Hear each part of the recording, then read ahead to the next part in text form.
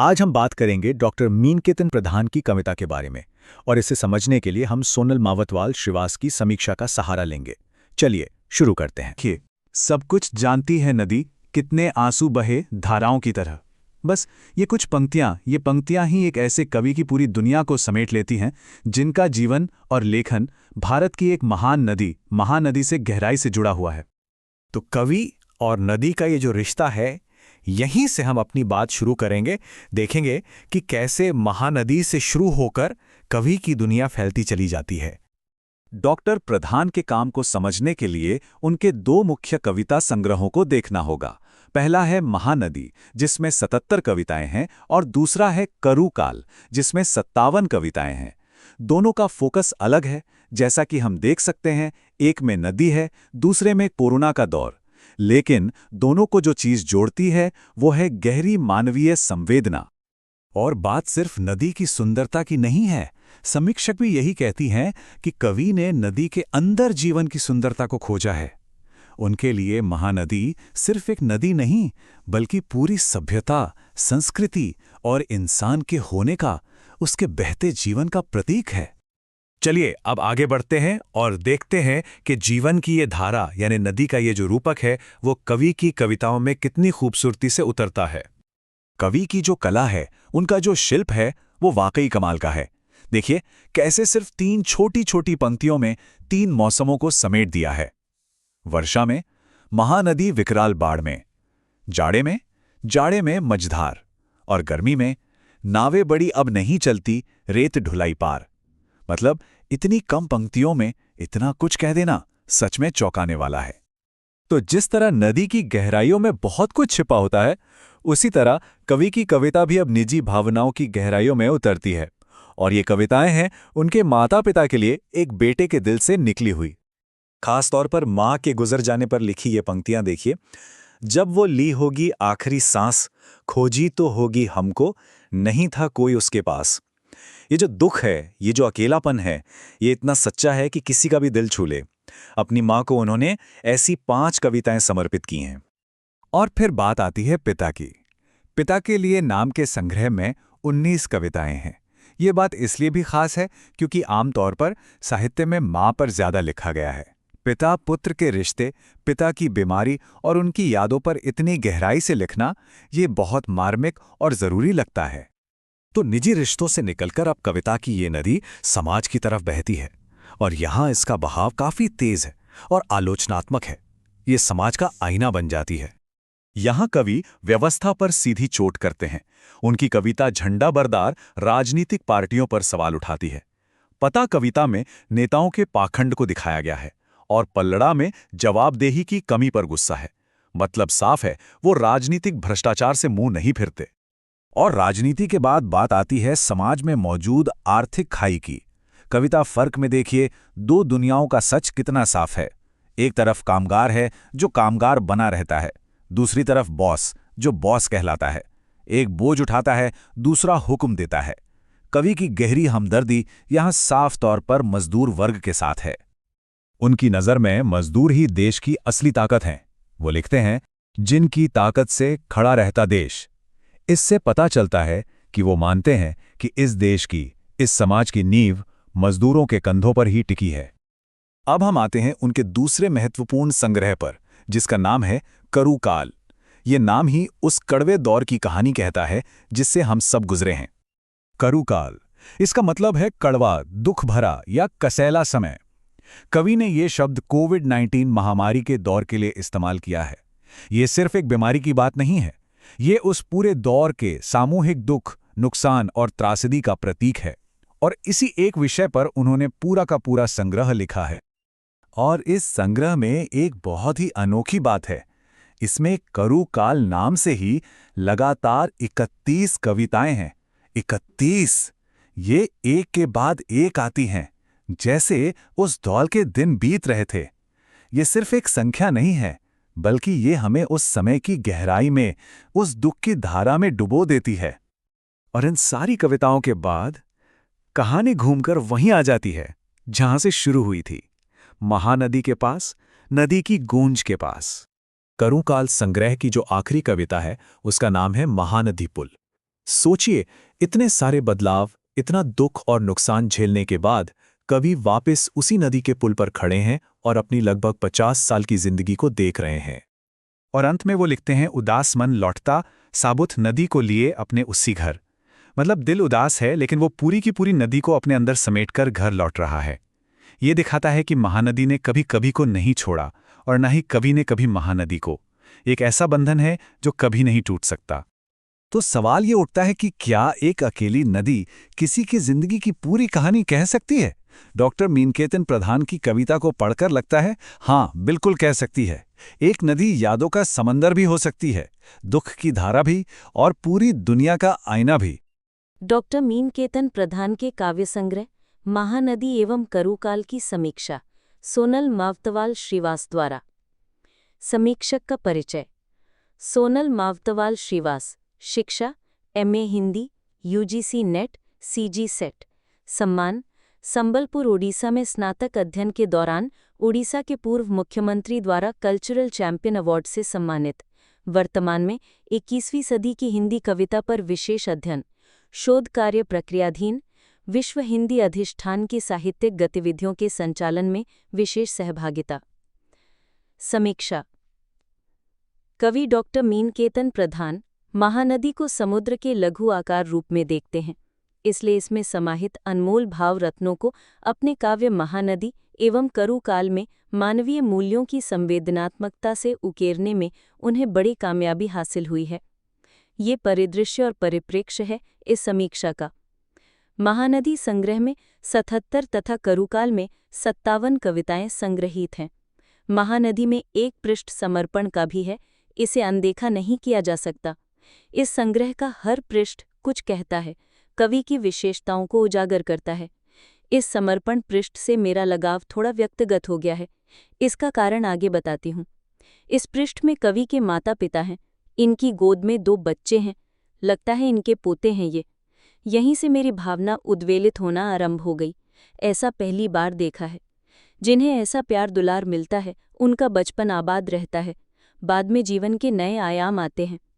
उक्त कथम पृष्ठ के समर्पण में कवि की संवेदनाएं स्पंदित हैं, जो आगे चलकर महानदी की धाराओं में फूट पड़ती हैं। पहली ही कविता में, सब कुछ जानती है नदी, कितने आंसू बहे धाराओं की तरह। एक तरह से माता पिता को ये समर्पण उनके पुण्य स्मृति में तर्पण है। ये बात अलग है कि ये कविता जब 1979 में लिखी गई थी, तब वे इस दुनिया में मौजूद थे, पर पीढ़ियां तो इस प्रवाह में विसर्जित होती रहीं और संग्रह तब छपा जब वे दुनिया छोड़ चुके हैं। इसके बाद आता है अपनी बात, जिसे कवि ने बतौर भूमिका लिखी है। इसमें उन्होंने अपने बचपन की यादों से लेकर कविताओं को रचने की प्रक्रिया का जिक्र किया है। अपनी बात में कवि ने गांव इतना यथार्थ वर्णन किया है कि पढ़ते पढ़ते प्रतीत होता है मानो उनके गांव, घर द्वार, खेत खलियान और हाँ, महानदी का तट भी देख आए हम। इसमें कवि ने अपने मन की सारी सच्ची भावनाओं को जस का तस रख दिया है, जैसे आत्मकथा की ही शुरुआत हो। पढ़ते वक्त मन में ये विचार आया कि कवि को अपनी आत्मकथा भी लिखनी चाहिए। उनके जीवन का एक थोड़ा सा दृश्य इतना रोचक, प्रभावपूर्ण, मनोरंजक है, तो बाकी पूरा जीवन पढ़ना तो भाव विभोर कर देगा। उनसे मिलकर मैंने ये आग्रह किया है, गुरुमाता से भी अनुरोध किया है। मैंने अनुभव किया है कि कवि का व्यक्तित्व घर, परिवार, समाज आदि के लिहाज से भी अनुकरणीय है। खैर, ये मेरी कुछ निजी भावनाएं हैं। अब मैं महानदी संग्रह की ओर आती हूँ, जिसकी पहली कविता का शीर्षक महानदी है। आखिरी भी महानदी से संबंधित है, जिसका शीर्षक कुरुरी 1, 2, 3 है। उन्होंने सोच समझकर एक खास उद्देश्य से ऐसा रखा है, जिसकी कड़ी जाकर जुड़ती है छायावाद के प्रवर्तक कवि मुकुटधर पांडे की कविता कुरुरी के प्रति से। लेकिन दोनों के परिवेश और संदर्भों में भिन्नता है। फिर भी कवि मीनकेतन प्रधान अपने पुरोधा कवि की परंपरा को प्रेरणा के रूप में ग्रहण कर उन्हें मान देते हैं। कुरुरी शीर्षक से उनकी इन तीनों कविताओं की रचना भूमि भी वही महानदी है, जिसे वे अपने जीवन का पर्याय कहते हैं। महानदी संग्रह की पहली कविता का शीर्षक महानदी है। महानदी भौगोलिक दृष्टि से तो एक नदी है, पर कविता की संवेदना में ढलकर मानवीय भावनाओं, जीवन के उतार चढ़ाव, ग्राम्य जीवन की सभ्यता, संस्कृति, प्राकृतिक परिवर्तनों आदि का प्रतीक बन जाती है। कवि ने नदी के पारंपरिक महत्व के स्थान पर जनजीवन के तादात्म्य को अधिक तवज्जो दिया है। डॉक्टर मीनकेतन प्रधान नदी का सौंदर्य वर्णन नहीं करते, बल्कि जीवन के सौंदर्य को नदी में ढूंढते हैं। यही इस कविता की खासियत है। इसलिए महानदी या किसी भी नदी पर लिखी गई कविताओं से इनकी अलग पहचान बनती है। इसके भाव संसार से पाठक का गहरा जुड़ाव हो जाता है। संयोग है कि इस नदी का नाम महानदी है, सिर्फ नदी नहीं। भारत ही नहीं, दुनिया की अन्य नदियों के साथ कोई न कोई नाम जुड़ा है जिससे उनको जाना और पहचाना जाता है। केवल महानदी ऐसी है जिसके साथ उसकी महानता और विशालता का गुणधर्म जुड़ा हुआ है, जिससे महानतम भारतीय संस्कृति, सभ्यता और परंपराओं का बोध होता है। इसकी रचनात्मक अनुभूति में भी गुरुता है। कवि ने लिखा भी है, हर सभ्यता संस्कृति की जान हो तुम, नदी महानदी हो तुम। नदी को विषय बनाकर प्राचीन काल से ही धार्मिक, सांस्कृतिक और ऐतिहासिक परिप्रेक्ष्य में कविताएं लिखी जाती रही हैं। मानवीकरण भी हुआ है। कवि मीनकेतन प्रधान की कविता महानदी प्रयोगवाद के जनक अज्ञेय की बहुचर्चित कविता नदी के द्वीप का स्मरण भी कराती है। कवि डॉक्टर प्रधान का निवास ग्राम महानदी पट पर स्थित है, जिसके ठीक सामने दूसरे तट पर छायावाद के प्रवर्तक कवि मुकुटधर पांडे जी का गांव है, जिनकी महानदी कविता प्रसिद्ध है। अन्य कवि भी हैं। विषय या शीर्षक साम्य होते हुए भी इनसे मीनकेतन प्रधान की कविताओं की भावभूमि भिन्न है। नदी या महानदी शब्द में समानता अवश्य है, भौगोलिक स्वरूप भी लगभग वैसा ही है। परिवेश और परिस्थितियों में बदलाव होते रहे हैं। मीनकेतन प्रधान की कविता महानदी संस्कृति की प्रवाहिनी मात्र न रहकर प्रसविनी भी है, जहाँ समूचा ग्राम्य जीवन सदियों से पीढ़ी दर पीढ़ी फल फूल रहा है। वे प्रयोगधर्मी ना होकर लोक चेतनाधर्मी हैं। कवि के अनुसार महानदी हर सभ्यता संस्कृति की जान है, अर्थात उसकी भूमिका यहाँ वैयक्तिक इकाई की बजाय सीधे समूह भाव की है। यहाँ सामूहिक इकाई के रूप में गांव दर गांव हैं। भौतिक रूप से नदी के किनारे बसे कई गांव तो हैं ही, वो पूरा समाज है जो इस जीवन को जीता है। ये इस कविता का भाव विस्तार है। भौतिक रूप से महानदी में चौड़ाई ज्यादा होने के कारण द्वीप छोटे छोटे नहीं बनते, बड़े आकार प्रकार के द्वीपखंड होते हैं। ये बात अलग है कि वे भी बाढ़ में धराशाही हो जाते हैं, किंतु नदी सूखने के बाद फिर से अपने पुराने बड़े आकार प्रकार में उभर आते हैं, जिनका आकार प्रकार किसी नदी से कम नहीं। बाढ़ के समय गांवों का पलायन होता है और जल स्तर घटने के बाद लोग फिर से अपनी जगह आ जाते हैं। इन टापुओं के संबंध में कुरूरी 3 कविता में देखिए। चित्रोत्पला हो गई उथली टापुओं का उभार। कवि ने द्वीप का पर्यायवाची लोक प्रचलित शब्द टापू का प्रयोग अपनी कविताओं में किया है। देखने लायक बात यह है कि केवल 3 लाइन में तीनों ऋतुओं के परिवर्तन और प्रभाव को कवि मीनकेतन प्रधान ने बखूबी चित्रित किया है। पहली कविता महानदी है तो आखिरी कविता का केंद्र बिंदु भी महानदी है, जबकि कविता का शीर्षक कुरूरी है। देखिए ये पंक्तियां। महानदी विकराल बाढ़ में जाड़े में मंझधार, नावें बड़ी अब नहीं चलती रेत ढुलाई पार। इस कविता की 3 पंक्तियों में तीनों ऋतुओं का वर्णन एक साथ आ गया है। ऐसा वर्णन देखने को कम मिलता है। ये कवि का चौंकाने वाला शिल्प है। बाढ़ में महानदी का रूप विकराल हो जाता है, ये वर्षा ऋतु है। जाड़े में पानी भराव की स्थिरता से धारा बीच में हो जाती है, ये शीत ऋतु है। इसके बाद क्रमशः नदी सूखने लगती है, ये ग्रीष्मकाल है। तब बड़ी नावें नहीं चलती, उसकी जलधाराएं सिकोड़ने लगती हैं और गर्मी में तो धार पतली हो जाती है, जिसकी बालों का संपदा को रेत ढुलाई पार कहकर कवि ने सूखी नदी का संकेत किया है। इस ग्रीष्म का प्रभाव जनजीवन में अलग अलग पड़ता है। रेत ढुलाई पार कहकर कवि ने अवैध रूप से रेती की ढेरी के ढेरी को पार कर देने की बात की है। ये वर्णन काल्पनिक नहीं अपितु वास्तविक है। संग्रह की कविताओं में जटिल प्रतीकात्मकता या बौद्धिकता से ग्रस्त बिंब नहीं, बल्कि रोजमर्रा के आम जनजीवन के जीवंत चित्र हैं। ये कवि के भी जीवन की वो महत्वपूर्ण कड़ी है जहां वह महानदी बनाम अपने ही जीवन के तट पर खड़ा होकर कहता है। महानदी कविता पृष्ठ 25 की ये पंक्तियां देखिए। महानदी तुम्हारे तट पर आए बिना बनती नहीं मेरी कोई बात। तुम्हारी इन जलधाराओं में जाने कितने रूप रंग हैं जिंदगी के। लगातार बह रही तुम नदी हो, महानदी हो। कवि की संवेदना महानदी के प्रति कारुणिक है, प्रेममयी है, श्रद्धायुक्त है, परंतु साथ ही कवि ने नदी के रौद्र भीषण विकराल रूप को भी अपनी इस कविता में व्यक्त किया है। तीनों ऋतुओं और नदी के बदलते रूप में बड़ी जीवंतता है, क्योंकि कवि भोगता है सभी प्राकृतिक परिवर्तनों के। देखिए ये उदाहरण। ग्रीष्मकाल में गर्मी में अट जाता पानी, पतली हो जाती धार, तब तुम्हारे दोनों किनारे फैली रहती रेती ही रेती, ढेर ढेर। अब आगे पृष्ठ नंबर 26 पर वर्षा ऋतु का विनाशकारी कारुणिक वर्णन देखिए। बारिश में भयंकर बाढ़ बहा ले जाती सब कुछ, गांव दर गांव ऊब चूब, नजर भर यहां से वहां तक पानी ही पानी, गरजती नाचती धाराएं पगलाई सी। अब शरद ऋतु में सामंजस्य सुनिए। जाड़े में भरी पूरी देह ठेल पानी, नीला गहरा, कभी चुपचाप तो कभी लहरें लगातार, नजरें ओझल होने तक। वर्षा ऋतु के दौरान महानदी की भयंकर बाढ़ के कठोर थपेड़ों से अस्त व्यस्त गांवों का कारुणिक यथार्थ वर्णन किया गया है। तब उन दृश्यों को देखा होगा एक किशोर कवि, उसका मासूम मन कितनी पीड़ा सह रहा होगा।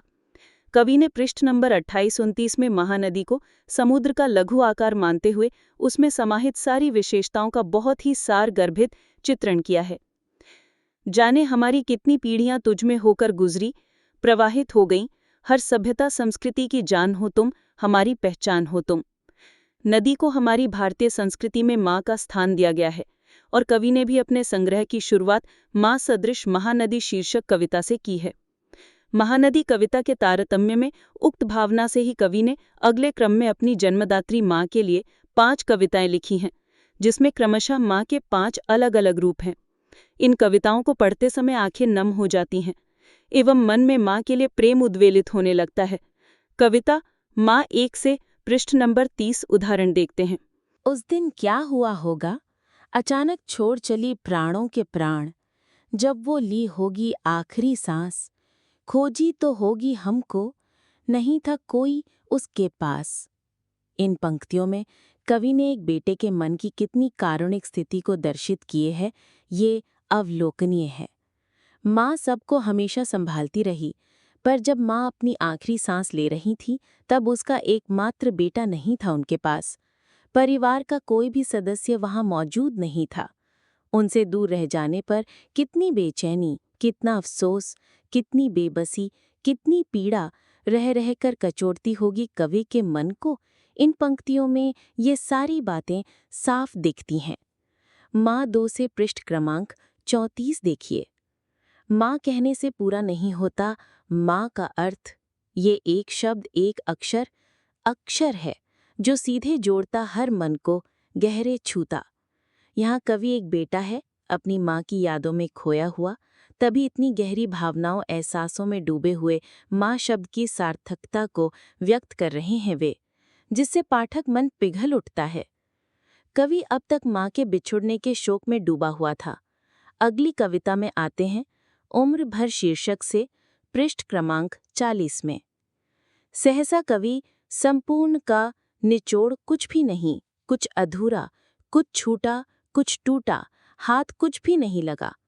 एक लंबा जीवन संघर्ष किया, पर इस दुनिया के चक्र में, रिश्तों को बांधने की चाह में, सब कुछ समेटने में बहुत कुछ छूट गया। देखिए ये पंक्तियां। इतना सब करते थक जाना होता, अजीब सा चक्र है दुनिया का। इधर पकड़ो उधर छूटता, उधर पकड़ो इधर छूटता, छूट ही जाता कुछ न कुछ, महसूस होता कुछ कुछ छूटा जा रहा। उम्र भर रिश्तों पर बांधने की अनेक कोशिशों के बावजूद हर रिश्ता टूटा सा, आधा सा, अधूरा सा लगता है। कवि के व्यथित हृदय की ये अभिव्यक्ति है। यहाँ तक तो कवि ने अपने व्यक्तिगत विषयों पर बात की है, पर कवि के लिखते तक ही ये उनके व्यक्तिगत भाव विषय रहे होंगे। परंतु जैसे ये सारी कविताओं का संकलन महानदी संग्रह में हुआ, ये पाठकों की संवेदना बन गई।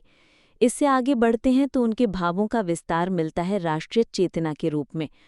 कुछ कविताएं अलग अलग शीर्षकों से हैं। इनमें देश के प्रति समर्पित अलग अलग भाव मुखरित हुए हैं। कविता स्वाधीनता दिवस 1, स्वाधीनता दिवस 2 काफ़ी महत्वपूर्ण है। दोनों ही कविताओं में कवि ने स्वाधीनता दिवस के महत्व को बताते हुए आज के संदर्भों से जोड़ा है। भावी पीढ़ी के हाथ में इस गौरव को सुरक्षित रखने का आह्वान भी किया है। ये इन कविताओं की बड़ी विशेषता है। इसमें देश प्रेम का गौरव गूंज रहा है। कविता स्वाधीनता दिवस 1 की ये पंक्तियां देखिए। स्वाधीनता दिवस में बाकी लोग फहराएं तिरंगा, उनकी स्मृति में ऊंचा उठाए रखेंगे इस थाती को पीढ़ियों के लिए। महानदी संग्रह की अन्य कुछ कविताओं में कवि की जन चेतना स्पष्ट झलकती है। भविष्य की संभावनाओं के साथ ही सामाजिक आर्थिक उत्थान के विचार भी विद्यमान है। इस विकासशील देश को विकसित श्रेणी में ले जाने की कामना है कवि के। इसी तरह पृष्ठ क्रमांक 45 में छपी चंद्रयान कविता वैज्ञानिकों की जीत का प्रतीक है। चंद्रयान कविता की अगली कड़ी यह नहीं वह चांद कविता है, इसके अलग भाव हैं। आगे हिंदी दिवस कविता पृष्ठ क्रमांक 48 सीधे सीधे माँ भारती को समर्पित है। इसमें अलग अलग ढंग से मना रहे हिंदी दिवस का वर्णन है। ये कविता भाषाई एक सूत्रता के माध्यम से राष्ट्रीयता के साथ ही वैश्विक विस्तार की भावना से आप्लावित है। हिंदी दिवस की ये पंक्तियां देखिए। भाषा यह हिंदुस्तान की जन जन में बैठी सदियों से, सबको धारती पसर रही दुनिया भर, एक धरती माँ भारती। इसके आगे है झंडाबरदार कविता, जिसमें कवि ने विभिन्न राजनीतिक पार्टियों पर सीधा कटाक्ष किया है, जिसका एक छोटा सा उदाहरण पृष्ठ क्रमांक 29 पर देखिए। पार्टी के झंडाबरदार लूले लंगड़े सभी कूदते, इनको फर्क नहीं पड़ता कोई मरे जिए, बस खुद का दिखता। एक अन्य छोटी सी कविता है पता। इसमें कवि आम जनता के साथ खड़ा है। यहाँ राजनीतिक विकृतियों पर तीखा कटाक्ष किया गया है। देखिए बहुरूपिया चरित्र का ये उदाहरण। ये उसे चोर कहता, वो इसे कहता, पता दोनों को है एक दूसरे के बारे में। ये नाटक आज नहीं तो कल पहचानेंगे लोग, अब की बार पर्दा न गिरेगा न उठने दिया जाएगा, तय करेंगे लोग। ये कविता छायावाद युग के सुप्रसिद्ध कवि निराला जी की कविता जागो फिर एक बार की याद दिलाती है। आगे एक कविता है पलड़ा शीर्षक से, पृष्ठ क्रमांक 51 पर, जिसमें कवि ने सीधे राजनीतिक चरित्र को उजागर किया है। सही गलत साबित नहीं हो पाता, 5 साल बाद या तो पलड़ा बदल जाता या नाक नक्शे, फिर कौन किसको पहचानता। तंत्र जिंदा रहता, मरती हमारी पीढ़ियां, उधर बनती नई नई सीढ़ियां जिन पर चढ़कर उतरा नहीं जाता। कवि मीनकेतन प्रधान स्वातंत्र्योत्तर भारत के उस समकालीन दौर के कवि हैं जिन्होंने राजनैतिक सामाजिक परिस्थितियों के उतार चढ़ाव को बखूबी देखा और भोगा है। ये समय आर्थिक विषमताओं और राजनैतिक मोहभंग का समय था।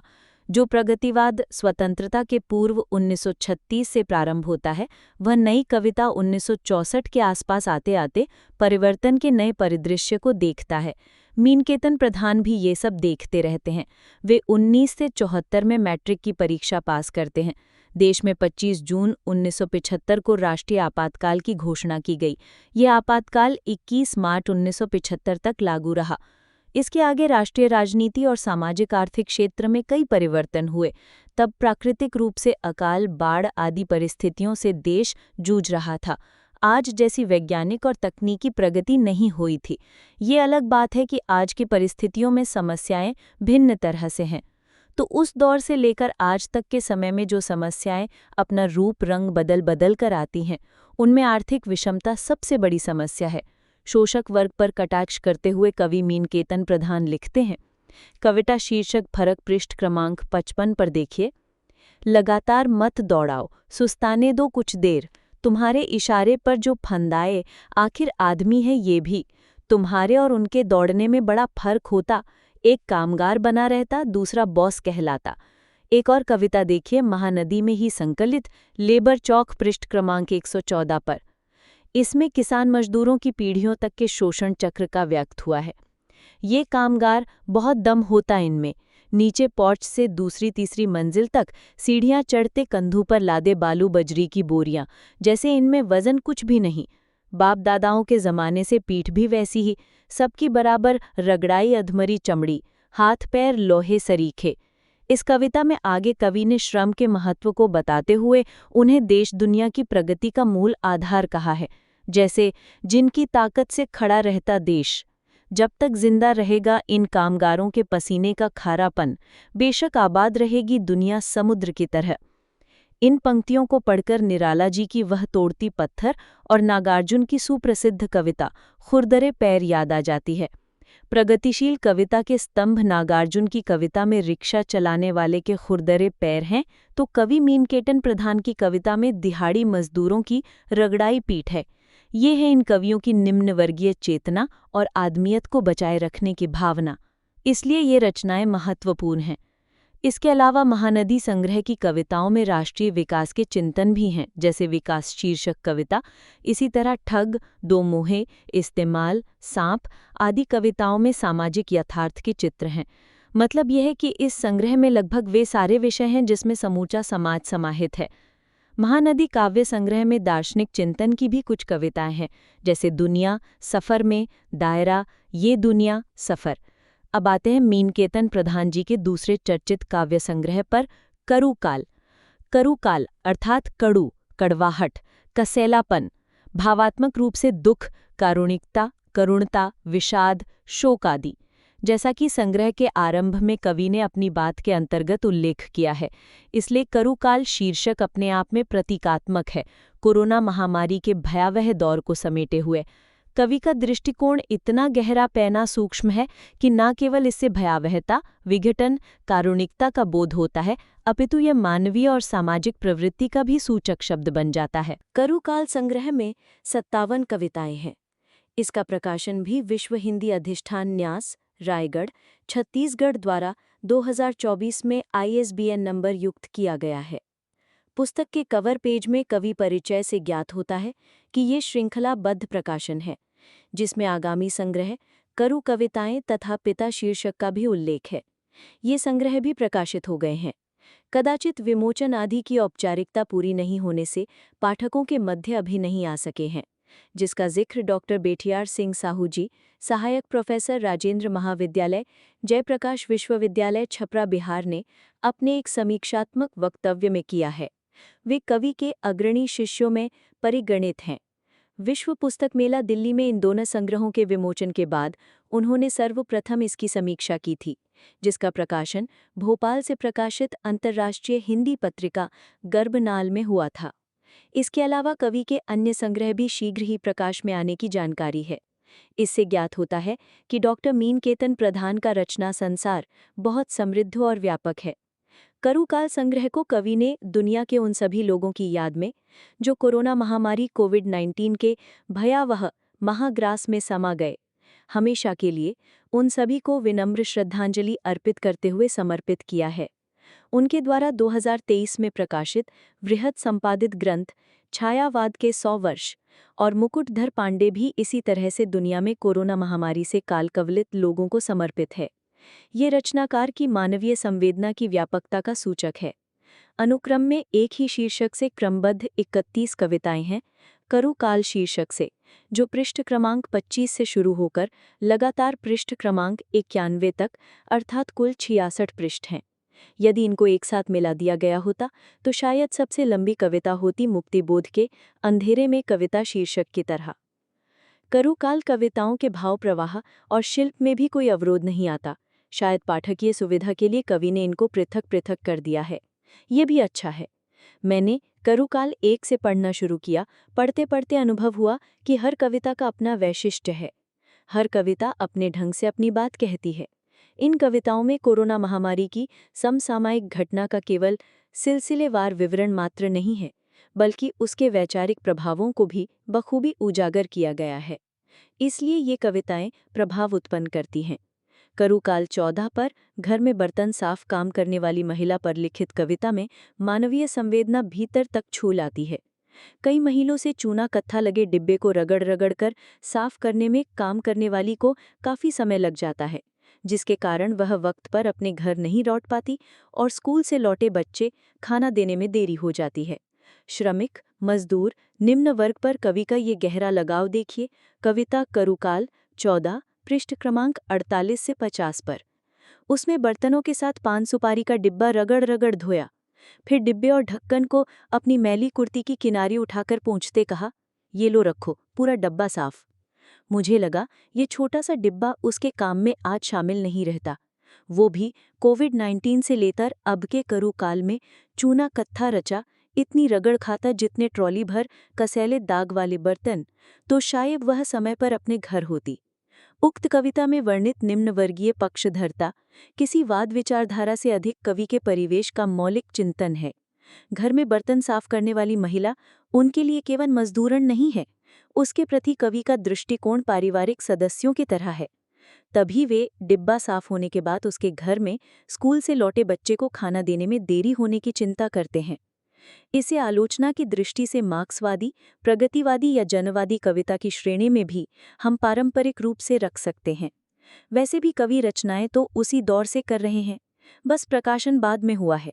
समकालीन कविता के किसी भी खाके में इनकी कविताएं खरी उतरती हैं, किंतु इनमें से आगे आज के सामाजिक जीवन की प्रवृत्तियां भी अधिक सशक्त हैं। कवि में मजदूर श्रमिक वर्ग पर हो रहे शोषण और अत्याचार के लिए तीव्र आक्रोश है, जिसे वे तीव्र आक्रामक मुद्रा में नहीं बल्कि भीतर से मारक मुद्रा में व्यक्त करते हैं। पूर्व में विवेचित महानदी संग्रह में भी इस प्रकार की कई कविताएं हैं। जिस प्रकार महानदी काव्य संग्रह में कवि ने अपनी जन्मदात्री माँ की याद में लगातार 5 कविताएं लिखी हैं, उसी प्रकार करुकाल काव्य संग्रह में पिता के लिए शीर्षक से 19 कविताएं लिखी हैं। दुनिया से पिता के चले जाने के बाद उनका निवास स्थान, सूना कमरा, बिस्तर, बैठक, सबका बहुत मार्मिक वर्णन कवि ने किया है। लकवाग्रस्त पिता लगातार उपचार और सेवा के बाद भी जब दुनिया से चले जाते हैं तो कवि के मन में शोक का गहरा विषाद, हाहाकार मचाने लगता है।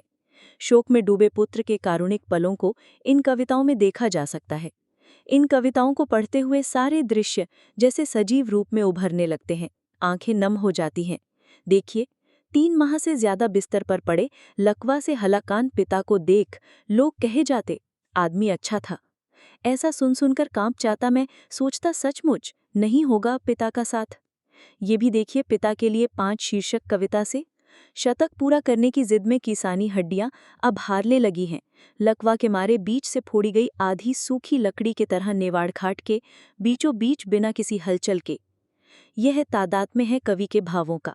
साहित्य में माँ पर बहुत कविताएं लिखी गई हैं, ये संवेदनशील भाव भी है, किंतु पिता पर लिखी गई कविताएं उस अनुपात में नहीं है। ये उल्लेखनीय है कि माँ की तरह उतनी ही संवेदनशीलता और संख्याधिक कविताएं डॉक्टर मीनकेतन प्रधान की हैं। ये अपने आप में विचारणीय है। ज्ञातव्य है कि पिता शीर्षक से उनका एक और काव्य संग्रह है जिसमें 100 कविताएं केवल पिता पर केंद्रित हैं। करु कविताएं भी एक अलग संग्रह है। आज के इस करुकाल बनाम कड़वे काल में कुछ लोग जहां अपने वृद्ध माता पिता और बुजुर्गों को घर परिवार में न रखकर वृद्धाश्रमों में छोड़ देते हैं, कहीं कहीं उनको निर्वासित भी कर दिया जाता है। यदि घर में हैं भी तो उपेक्षित और तिरस्कृत। ये अत्यंत अमानवीय है। ऐसे जो भी घर परिवार हैं, कवि उनके बड़े आक्रोश से शमशान तक कह डालते हैं। पिता के लिए 11 कविता में देखिए, ऐसे घर से बेहतर होता शमशान जहां मुर्दे अपने हिसाब से चुपचाप पड़े रहते, बिना किसी को तंग किए। उनको किसी सेवा की नहीं पड़ती जरूरत। पता नहीं उनकी आत्माएं कहाँ होंगी। ऐसे समाज के लिए मीनकेतन प्रधान की कविताएं प्रेरक हैं। ये कविताएं समाज के सामने एक आदर्श प्रस्तुत करती हैं। करुकाल तथा पिता के लिए शीर्षक कविताओं के अलावा अन्य विषय वस्तु की भी महत्वपूर्ण कविताएं इस संग्रह में हैं, जैसे नया सांचा, वह, दिमाग में, जिंदगी, बचपन, तिरंगे का भार और आखिरी 57 नंबर की कविता है महानदी पुल से। इस समीक्षा के आखिर में इस आखिरी कविता से साबित होता है कि कवि के जहन में महानदी की यादें बरसों से बनी हुई हैं, जिसकी कड़ी महानदी संग्रह से जुड़ी हुई है। महानदी कवि का साथ नहीं छोड़ती और कवि महानदी का। इस कविता में कवि बरसों बाद बने महानदी पुल के ऊपर से नीचे देखते हैं महानदी को। उसके कुछ आगे नदी किनारे बसा उनका गांव है। वहीं वह घाट भी है जहां सांझ के झुटपुट अंधेरे में अपने भीतर की संवेदनाओं को उबलते खौलते महसूस वे करते हैं, जिसकी यादें आज भी धड़क रही हैं। इस कविता में कवि के किशोर मन की संवेदनाएं हैं, जीवन के उतार चढ़ाव हैं, जिसे लगभग 50 वर्षों बाद बड़ी मार्मिकता से वे स्मृति चित्र की तरह अभिव्यक्त करते हैं। पंक्तियां उद्धृत हैं। दूर से लग रहा था वहीं कहीं है मेरे गांव के मुहाने घाट, जहां रोज देखता था ऐसे ही डूबते सूरज को बरसों पहले। तट पर बैठकर कभी भारी मन, कभी सपने बुनते, फेंकता करता कंकड़ मिट्टी के टुकड़े, झुटपुट अंधेरा पसर जाता नदी की पूरी देह पर। फिर एक बार उतरता छप छप पानी, भीतर अलसाई लहरों को सहलाता, जगाता। फिर उदास मन लौटता साबूत नदी को लिए अपने उसी घर। इस तरह आशा की जा सकती है कि प्रतिष्ठित कवि मीनकेतन प्रधान जी के दोनों काव्य संग्रह अपनी प्रसिद्धि के नए आयामों को छुएंगे। नमस्कार। आज हम बात कर रहे हैं कवि डॉक्टर मीनकेतन प्रधान के 2 काव्य संग्रहों पर। जी, महानदी और करुकाल। हाँ, और इन पर सोनल माओतवाल श्रीवास ने एक काफी विस्तृत समीक्षा लिखी है। तो आज हम इसी समीक्षा की गहराई में उतरेंगे। बिल्कुल, कोशिश रहेगी कि इस समीक्षा के जरिए हम समझें कि कवि की शैली क्या है, उनके मुख्य सरोकार क्या हैं और मतलब उनका काव्य संसार कैसा है। जैसा कि सोनल जी ने अपनी समीक्षा में बताया है। हाँ, एक तरह से हम उस समीक्षा का ही विश्लेषण कर रहे हैं, बातचीत के रूप में। और शुरुआत में ही ये बात साफ हो जाती है कि महानदी जो नदी है वो इन कविताओं के केंद्र में है, लेकिन सिर्फ एक नदी की तरह नहीं। सही कहा। समीक्षा यही कहती है कि ये सिर्फ भूगोल नहीं बल्कि मानवीय संवेदनाओं का, जीवन के उतार चढ़ाव का एक गहरा प्रतीक है। महानदी महज एक पृष्ठभूमि नहीं है बल्कि एक जीवित इकाई सी लगती है कविताओं में। इस पर तो विस्तार से बात करेंगे ही, लेकिन शायद पहले कवि और समीक्षक के बारे में थोड़ी जानकारी देना ठीक रहेगा, जैसा समीक्षा में है। हाँ, जरूर, इससे थोड़ा संदर्भ मिलेगा। समीक्षक सोनल मावतवाल श्रीवास हिंदी में MA है, नेट सेट क्वालिफाइड हैं और उन्हें सम्मानित भी किया गया है। हाँ, ओडिशा के पूर्व मुख्यमंत्री द्वारा कल्चरल चैंपियन अवार्ड मिला है उन्हें। मतलब हिंदी कविता की गहरी समझ रखती हैं वो। बिल्कुल। और कवि डॉक्टर मीनकेतन प्रधान, वो भी एक स्थापित नाम है। और समीक्षा में एक बहुत ही दिलचस्प बल्कि कहें तो भावनात्मक पहलू भी शुरू में ही आता है। हाँ, वो समर्पण पृष्ठ वाला जिक्र है ना, महानदी संग्रह का, जहाँ शायद कवि के माता पिता और पोते की तस्वीर है। जी, और समीक्षक लिखती हैं कि इस समर्पण ने उन्हें गहरे तक छुआ। उन्होंने कहा भी है, जिन्हें ऐसा प्यार दुलार मिलता है उनका बचपन आबाद रहता है। ये बात मुझे भी काफी अच्छी लगी कि समीक्षा की शुरुआत किसी अकादमिक विश्लेषण से नहीं बल्कि इस मानवीय स्पर्श से होती है। हाँ, ये क्या भी खाता है, मतलब कवि के बारे में या कविता के स्वभाव के बारे में? मेरे ख्याल से दोनों के बारे में। समीक्षक मानती हैं कि ये दिखाता है कि कविता कैसे सीधे दिल से कनेक्ट करती है, अकादमिक दायरों से भी पहले। और वो ये भी जोड़ती हैं कि इससे उन्हें लगा कि कवि का व्यक्तित्व भी मतलब घर, परिवार और समाज के लिहाज से अनुकरणीय है। यानी कविता और कवि का जीवन यहाँ जुड़ा हुआ सा महसूस होता है। हाँ, बिल्कुल। और फिर वो अपनी बात खंड का भी जिक्र करती हैं, जो अक्सर किताबों की शुरुआत में होता है ना। हाँ, होता है। उसे पढ़कर समीक्षक को लगा जैसे वो खुद कवि के गांव, घर, खेत खलिहान, महानदी के किनारे घूम आई हों। अच्छा। और उन्होंने ये भी कहा कि कवि को आत्मकथा लिखनी चाहिए। जी, ये शायद कवि के अपने परिवेश से गहरे जुड़ाव और उनके यथार्थवादी चित्रण की तरफ इशारा करता है। लगता है कवि जो लिखते हैं वो उन्होंने जिया है, भोगा है। चलिए, तो अब सीधे महानदी संग्रह पर आते हैं। 77 कविताएं हैं इसमें, जैसा समीक्षा बताती है। जी, 77 कविताएं। तो महानदी ही केंद्रीय विषय है, पर समीक्षा किसे देखती कैसे हैं? क्या ये सिर्फ नदी का वर्णन है, जैसे लहरें, किनारे? नहीं, यहीं पर समीक्षक एक बहुत अहम बात उठाती हैं। वो कहती हैं कि डॉक्टर प्रधान नदी का वो टिपिकल पारंपरिक सौंदर्य वर्णन नहीं करते। अच्छा, तो फिर क्या करते हैं? वो जीवन के सौंदर्य को, जीवन की जटिलताओं को, संवेदनाओं को नदी में ढूंढते हैं।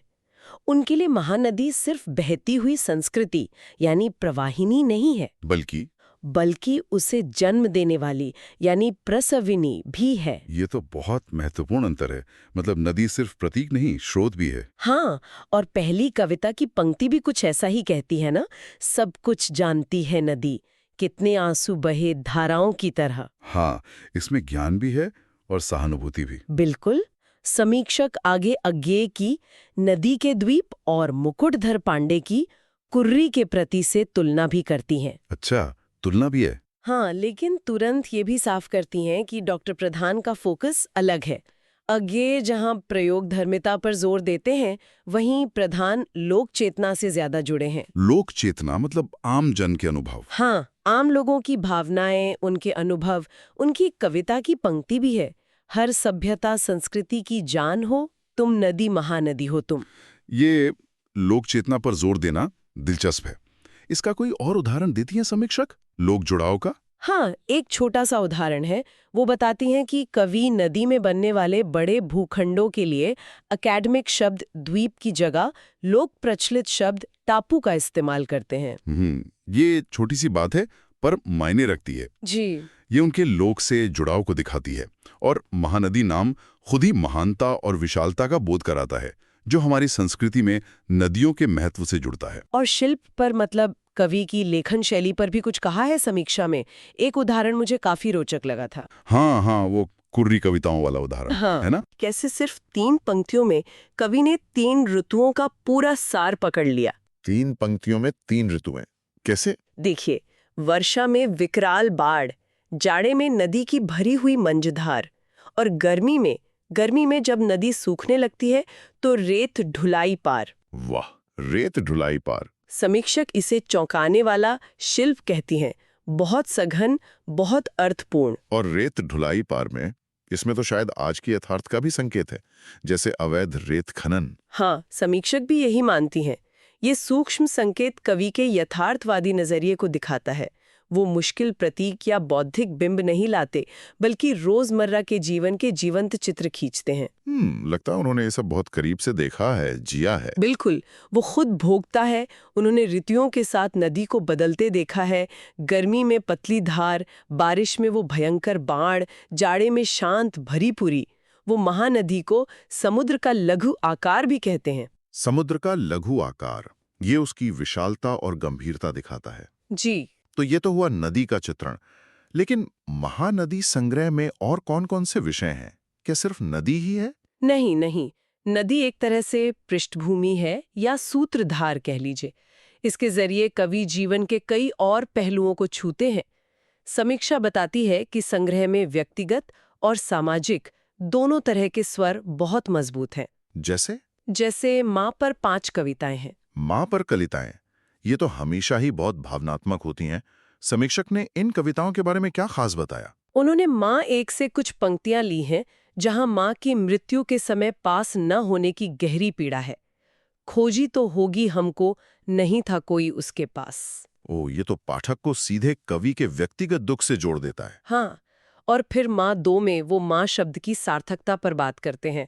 अक्षर है जो सीधे जोड़ता, हर मन को गहरे छूता। ये सिर्फ व्यक्तिगत नहीं रहता फिर, है ना? हाँ, ये माँ के सार्वभौमिक अनुभव को छूता है। माँ के बाद क्या जीवन के संघर्षों पर भी कविताएं हैं? जी, उम्र भर कविता का जिक्र है। उसमें वो आम मानवीय अनुभव है ना, कि जीवन में सब कुछ समेटने की कोशिश में कुछ ना कुछ छूटी जाता है, इधर पकड़ो उधर छूटता। हाँ, ये तो बहुत सच है, बहुत सहज अभिव्यक्ति है। बिल्कुल। अच्छा, व्यक्तिगत अनुभवों से आगे बढ़कर जी। क्या संग्रह में सामाजिक या राष्ट्रीय मुद्दे भी हैं? हाँ, बिल्कुल है। समीक्षक बताती हैं कि राष्ट्रीय चेतना भी मौजूद है। जैसे स्वाधीनता दिवस 1 और 2 कविताएं हैं। उनमें क्या है? उनमें आज़ादी के मूल्यों को अगली पीढ़ी तक पहुंचाने का संकल्प है। ऊंचा उठाए रखेंगे इस थाती को पीढ़ियों के लिए। और चंद्रयान और हिंदी दिवस जैसी कविताओं का भी उल्लेख है, जो राष्ट्रीय उपलब्धि और भाषा के प्रति गौरव का भाव दिखाती हैं। हिंदी दिवस की एक पंक्ति है, पसर रही दुनिया भर एक धरती माँ भारती। लेकिन क्या कवि सिर्फ गौरवगान करते हैं या आलोचनात्मक स्वर भी है? आजकल की कविताओं में सामाजिक राजनीतिक टिप्पणी तो काफी होती है। आलोचनात्मक स्वर भी है और काफी मुखर है। समीक्षक बताती हैं कि कवि सामाजिक और राजनीतिक विसंगतियों पर तीखा कटाक्ष करते हैं। कोई उदाहरण? उन्होंने कई कविताओं का उदाहरण दिया है, जैसे झंडा बरदार और पता। ये राजनीतिक पाखंड और अवसरवादिता पर टिप्पणी करती हैं। पता कविता की पंक्तियां हैं, ये उसे चोर कहता, वो इसे, तय करेंगे लोग। इसमें तो व्यंग साफ है। हाँ, और समीक्षक को इसमें निराला की जागो फिर एक बार वाली चेतना की झलक दिखती है। तो मतलब कवि अपने समय और समाज से आंखें मूंदे हुए नहीं है? बिल्कुल नहीं।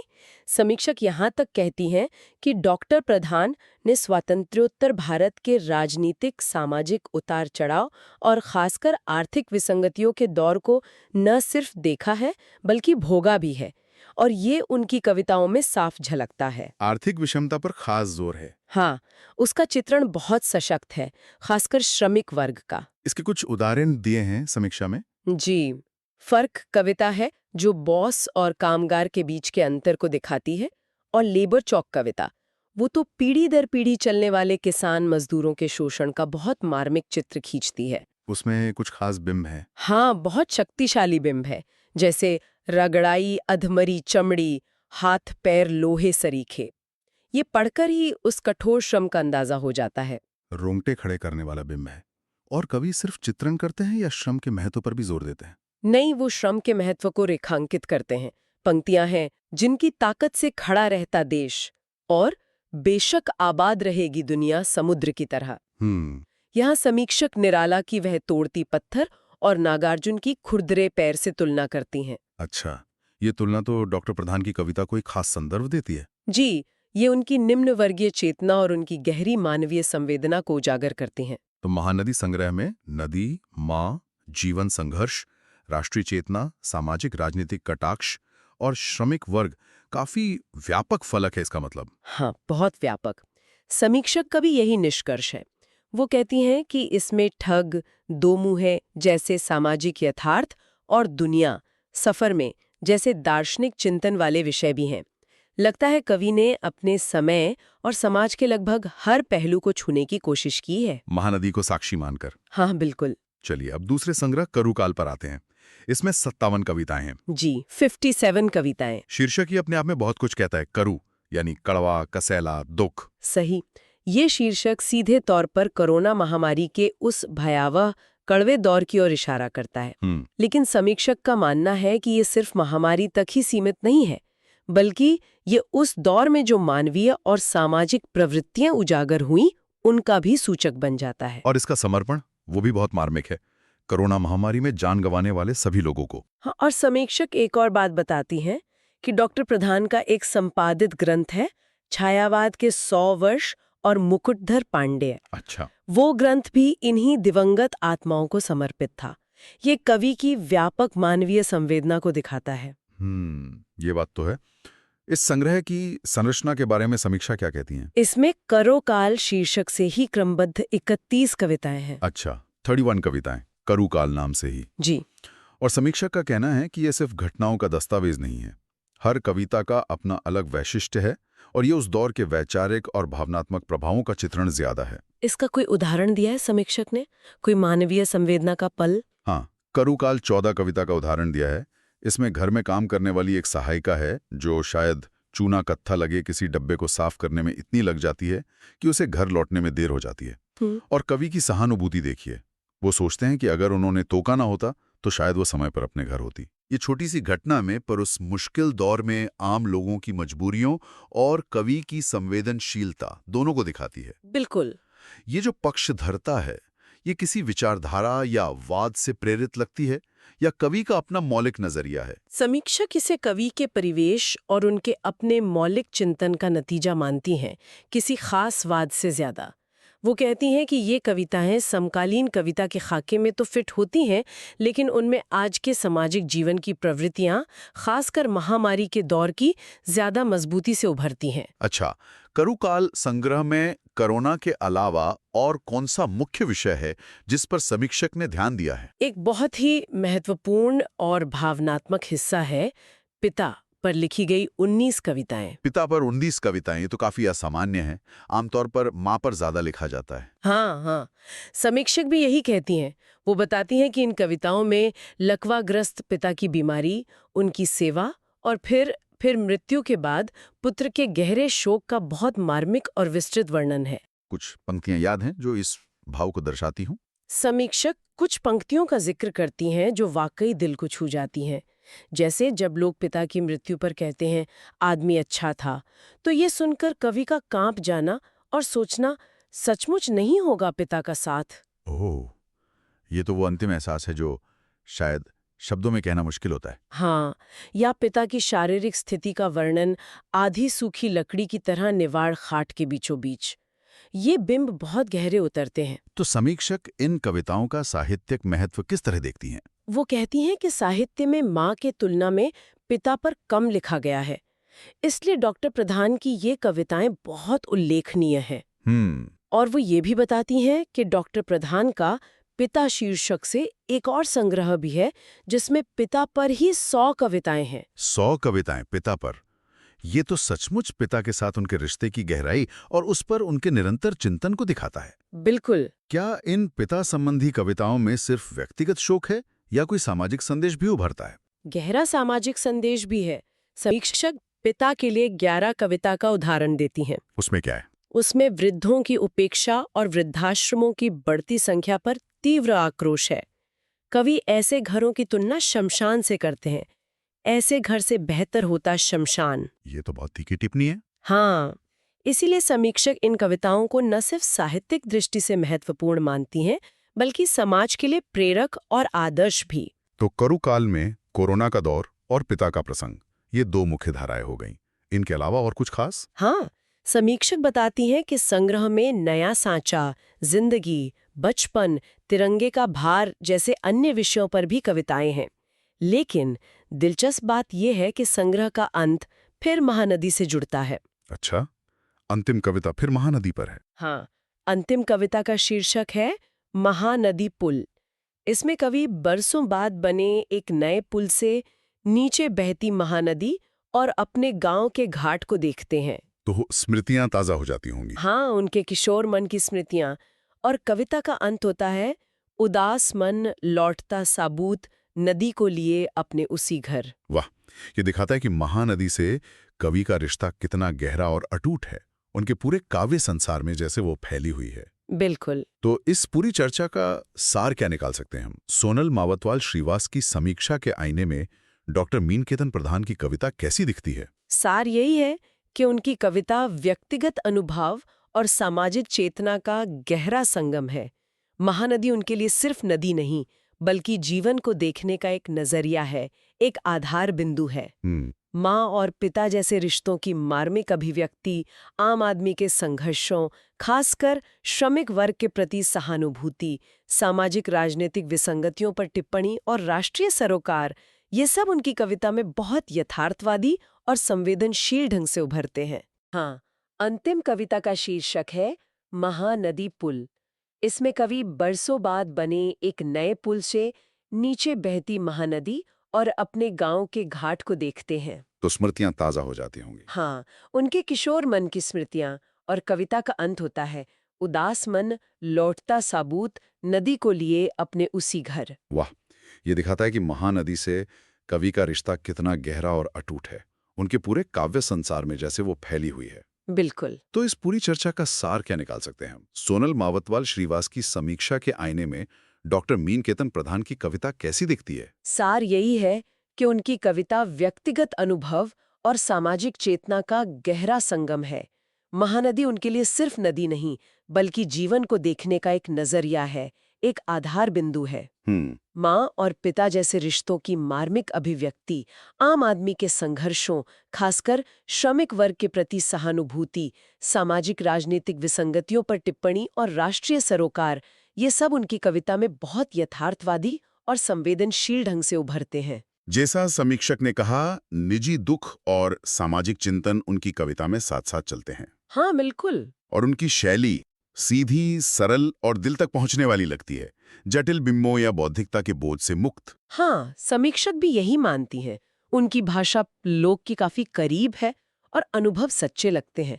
इसीलिए शायद समीक्षक को लगता है कि ये दोनों संग्रह अपनी प्रसिद्धि के नए आयामों को छुएंगे। ये समीक्षा हमें ये सोचने पर भी मजबूर करती है कि कैसे एक बहुत ही निजी और स्थानीय परिदृश्य जैसे किसी के गांव की नदी, वो सार्वभौमिक मानवीय अनुभवों को व्यक्त करने का इतना सशक्त माध्यम बन सकता है। सही कहा।